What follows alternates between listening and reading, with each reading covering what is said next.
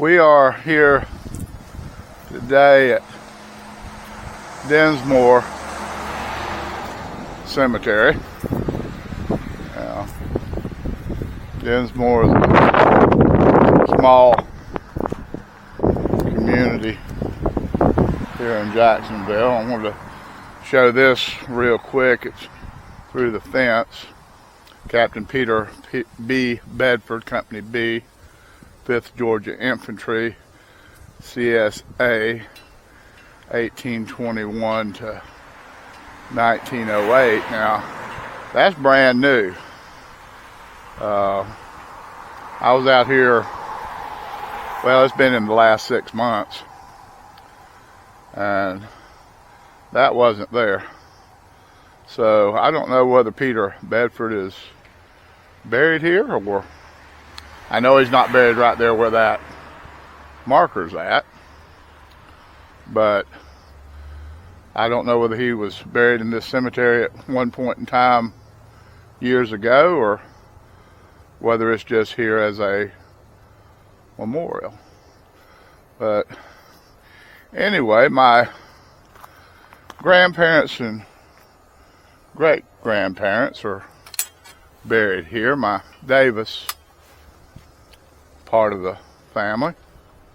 Like I said, most of my Davis kinfolk are up in Georgia. To the best of my knowledge, other than my grandparents, great-grandparents, and their immediate family, we don't have anybody here in this part of the country. There's some Davises over here, but like I say, to the best of my knowledge, I'm not kin to any of these people unless we go back a bunch of generations. This cemetery here, back when my grandparents and great-grandparents were buried here, this cemetery didn't have a whole lot of people buried in here, but they are trying their best to fill it up. Of course, now we're talking, oh Lord, they've been dead for some of them 50 years or better. Now, this is a interesting unsolved murder. Keith Cawley, June 16th, 2000. I'm going to get a little closer and see if I can read this.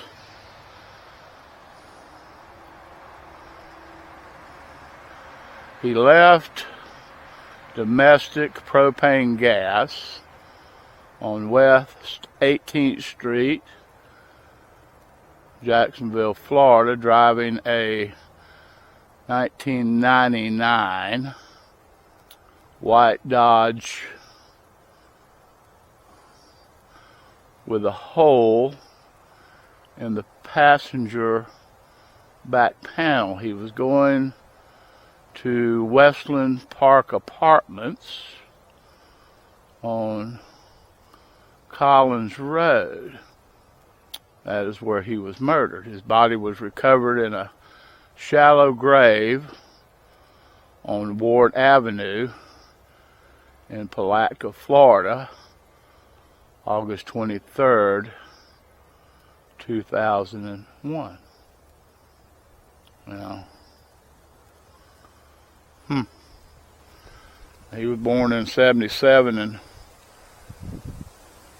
they've got on here died June 16th, 2000. But apparently an unsolved murder.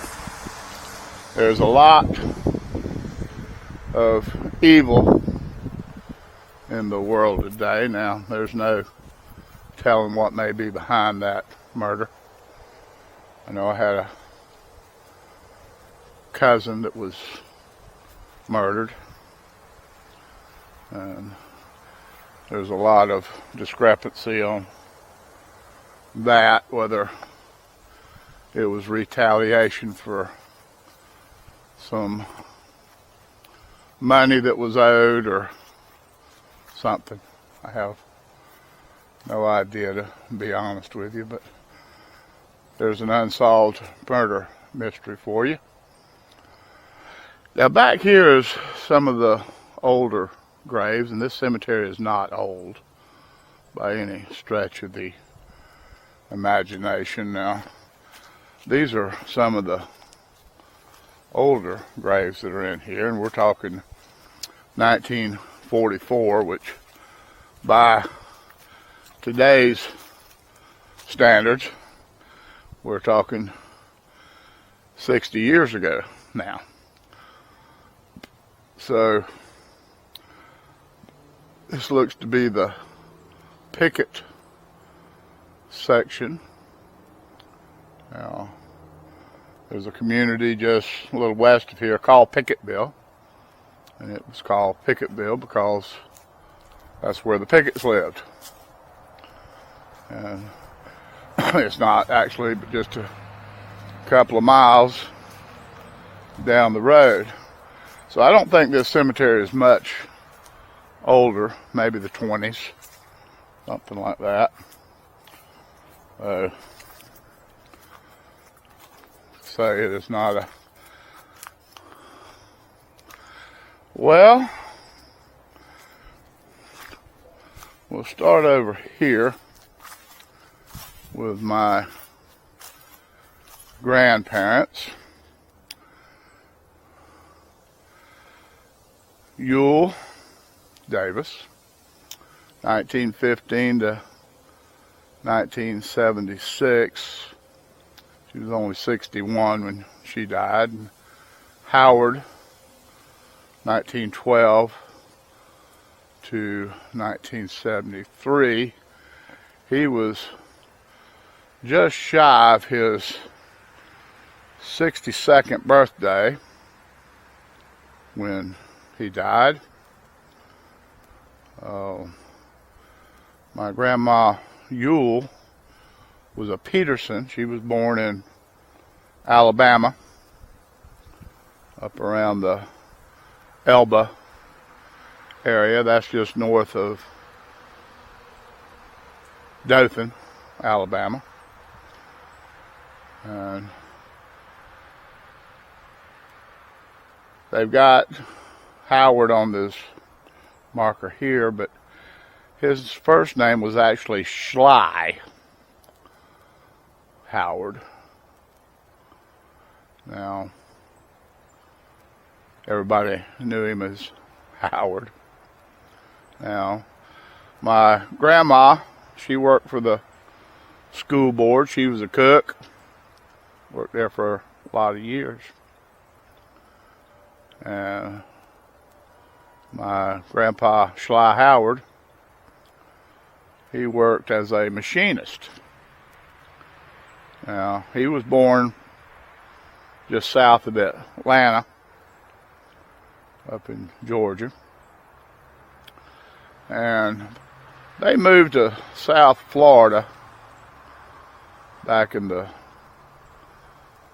late 30s. And an opportunity come up for him to go to work up here at the Naval Air Station here in Jacksonville, NAS Jax. And he come up here and got a job as a machinist for the Navy. Now, he was a fisherman. Now, he spent every minute he wasn't working, he was wetting a hook somewhere, and he could catch fish. Now, he wasn't a big saltwater fisherman, but boy, he loved that bass fishing, brim fishing, but boy, he was a bass master.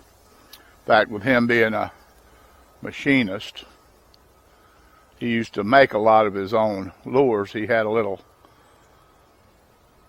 area out in back of his house back there, a little shed. In fact, it was an old school bus that him and my great-granddaddy had bought together, and they used it to store tools, and they had a lathe and all kinds of stuff back there in that old bus.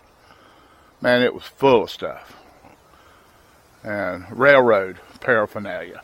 Lord, if I had all that railroad paraphernalia today, I'd probably be a rich man, but most of it back then was just discarded. But he made his own fishing lures, and like I say, he was a fisherman. Now, my grandpa Davis was a drinker, to say the least. He died of cirrhosis, and he tried to quit several times, but he couldn't do it, and it ended up killing him long run. He died in the hospital, cirrhosis of the liver, kidney failure.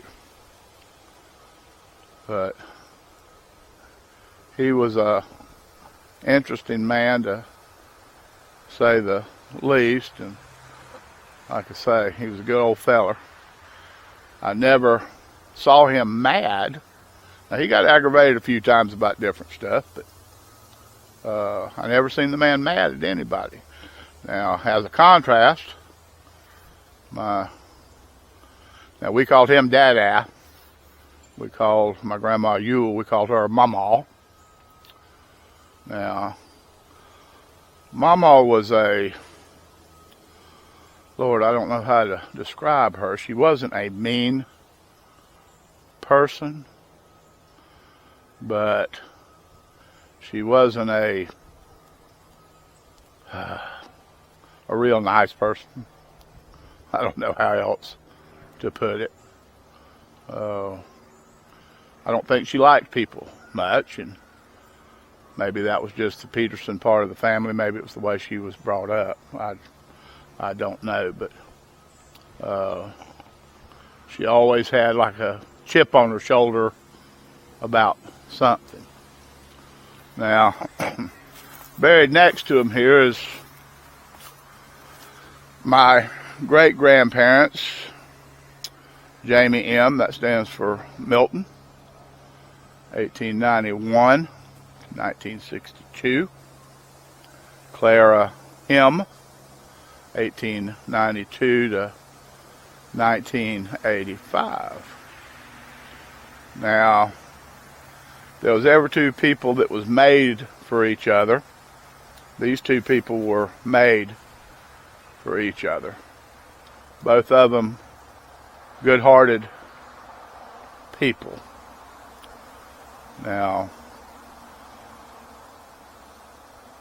my great-grandpa, I was named after him. My mother liked the name Jamie. So when I was born, she gave me that name. Now, my middle name, Forrest, comes from my other great-grandfather. She couldn't leave him out, and she didn't want any bad feelings in the family, so she took my grandpa Davis's first name and my middle name from my grandpa Davidson. Now, he also was a machinist. He's actually the one that got my grandfather his job at NAS. He was a machinist first, but they grew up in Georgia, and he worked in the textile industry up in Georgia for a lot of years. Him and my great-grandmother both. Up there, the textile business had taken over and was really strong. Now, Jamie Milton's dad, Milton Davis, he was the night watchman up there. Now, they're buried up in Douglas, Georgia, in the city cemetery up there along with his parents.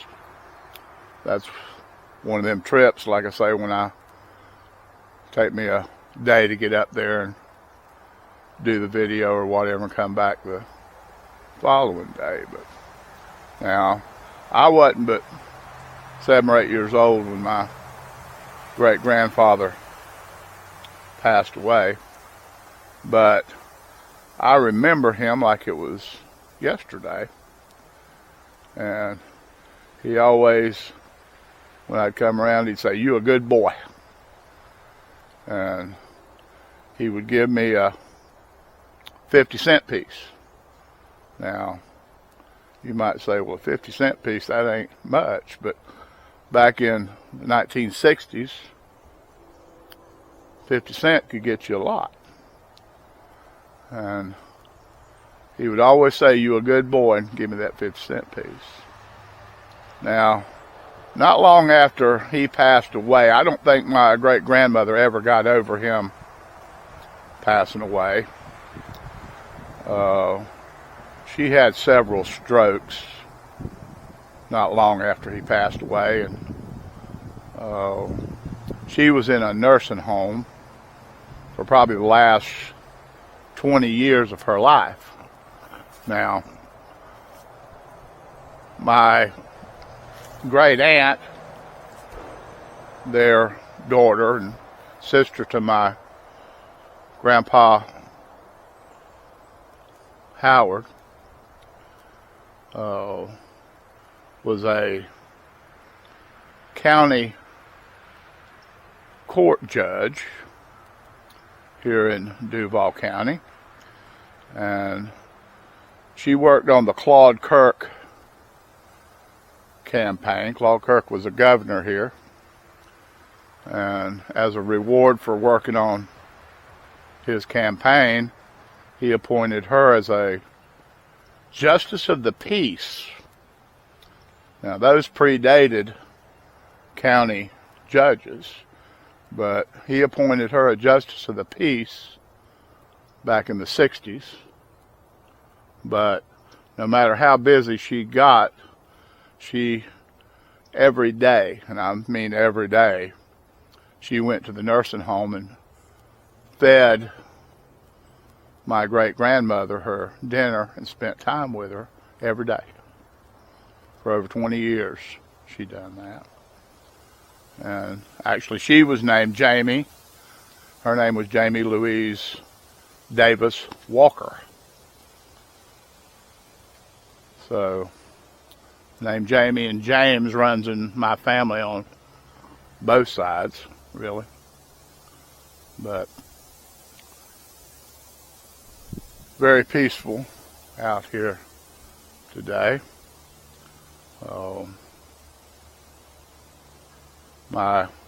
Another story about my great-grandmother, Clara.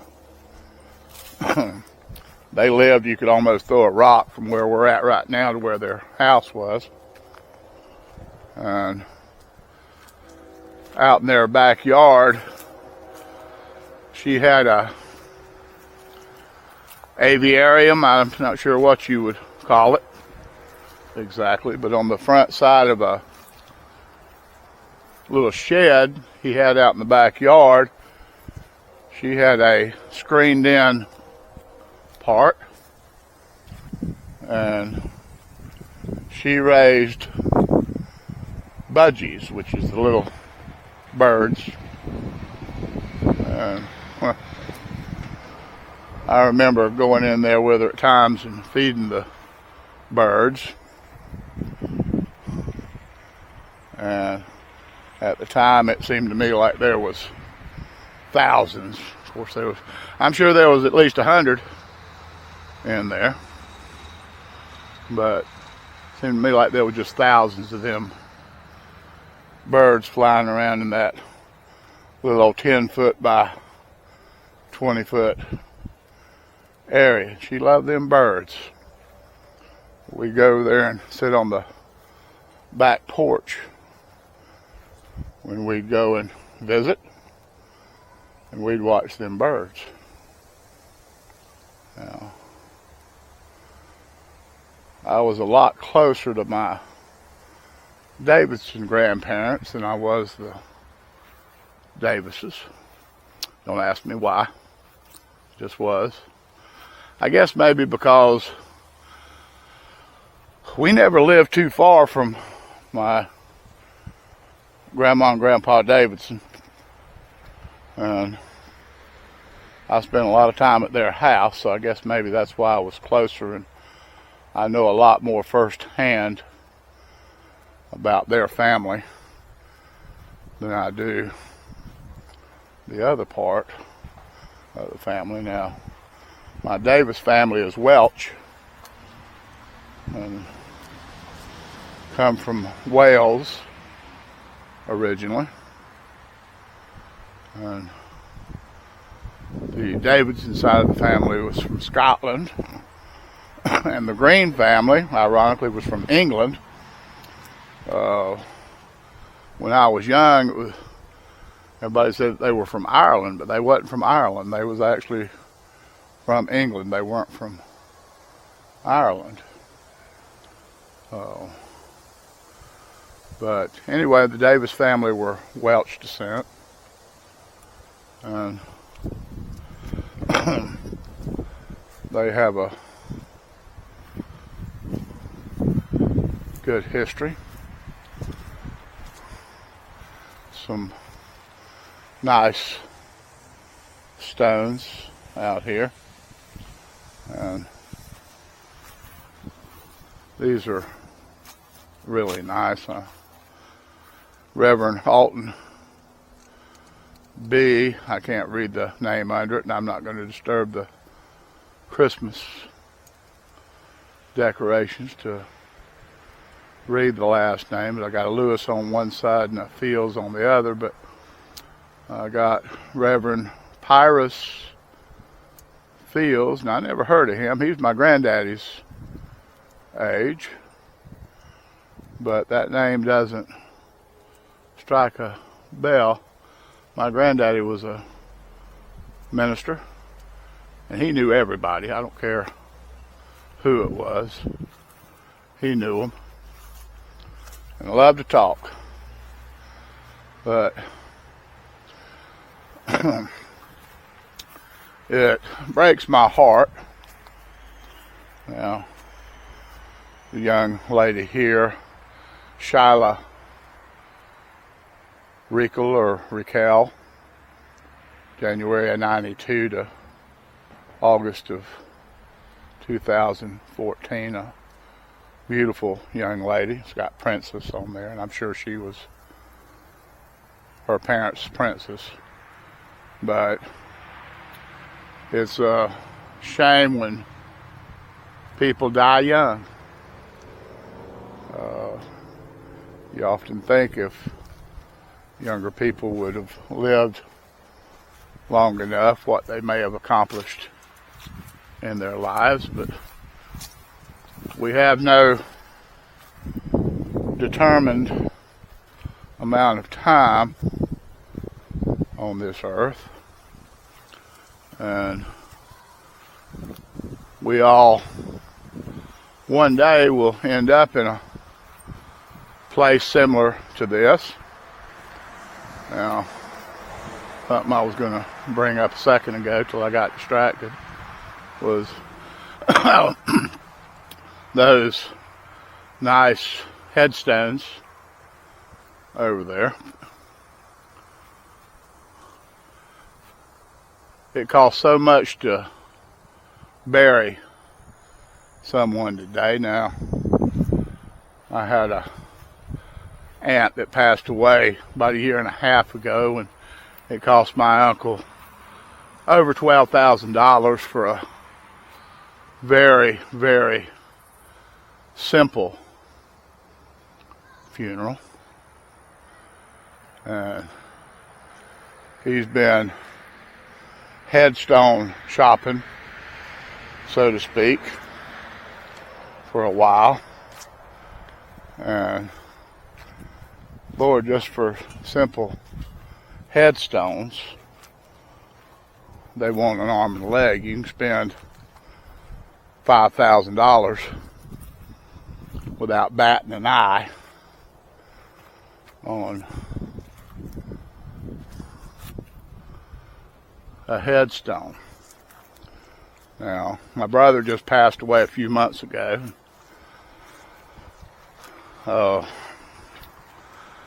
I got his marker almost immediately when he died. In fact, the day he died, I think I ordered it that day or the following day. Now, right now with the COVID thing or whatever, if you try and buy a headstone or whatever, there's a 6 month to a year wait just for them to get the stone, much less do the work. And this is not a paid advertisement, but there's a company out in California, and they're called the Headstone Guys. And you can order a headstone online and they'll deliver it to you. Now, they claim it takes 30 days, but I ordered his, and almost 2 weeks to the day it was delivered. Now, it's a small flat stone. Y'all seen it on my first video, Eubank Cemetery. It's only 8 by 16 by 3 or 4 inches thick, but the price of it was less than $200. And I knew about these because I had gotten my baby a tombstone from the same company. And like I say, this is not a paid advertisement. They are a very good company. They do quality work, and I appreciate them.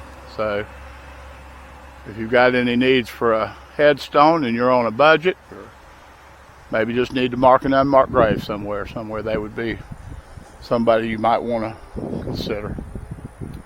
So anyway, I guess I've rambled on enough again about some stuff, and we're gonna call this a day. And going over to my nephew's house. Me and him might end up going fishing tomorrow. And with this new headset thing I got on, I might be able to just video a little bit of it. So anyway, once again, y'all have a great day. Like, subscribe. I appreciate y'all looking. God bless you. Have a good day now.